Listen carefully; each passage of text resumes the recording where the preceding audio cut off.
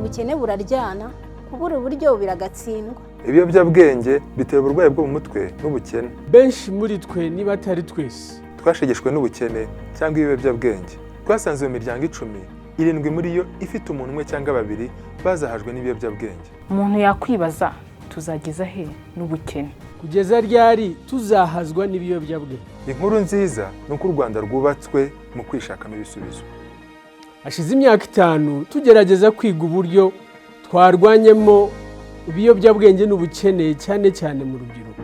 Twasanze ko umuntu akurikije intego ye cyangwa impano karemano yakwikura mu bukene.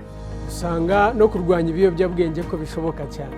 Twiyemeje kurwanya ubukene muri 2021 mu buryo butandukanye, harimo no gufasha imishinga 150 ifite gahunda yo gufasha abantu 1500 mu kwivana mu bukene. Buri mushinga uzafasha abantu 10 ari 1500. Mu myaka 5 iri imbere turizera ko bazaba barenze 10,000.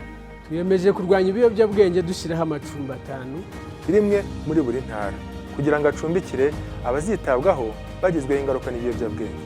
N'abajyanama 300 bazakurikirana abagizweho ingaruka n'ibiyobyabwenge. Ubwo ni bumwe mu buryo butandukanye bwizweho mu kurwanya ibiyobyabwenge n'ubukene mu myaka 5 iri imbere. Kugira ngo tugere kuri iyo ntego nziza, dukeneye ubufasha bwawe. Tuzi neza ko dufatanyije twabigeraho. Inkunga yawe yari yo yose hari aho yatugeza.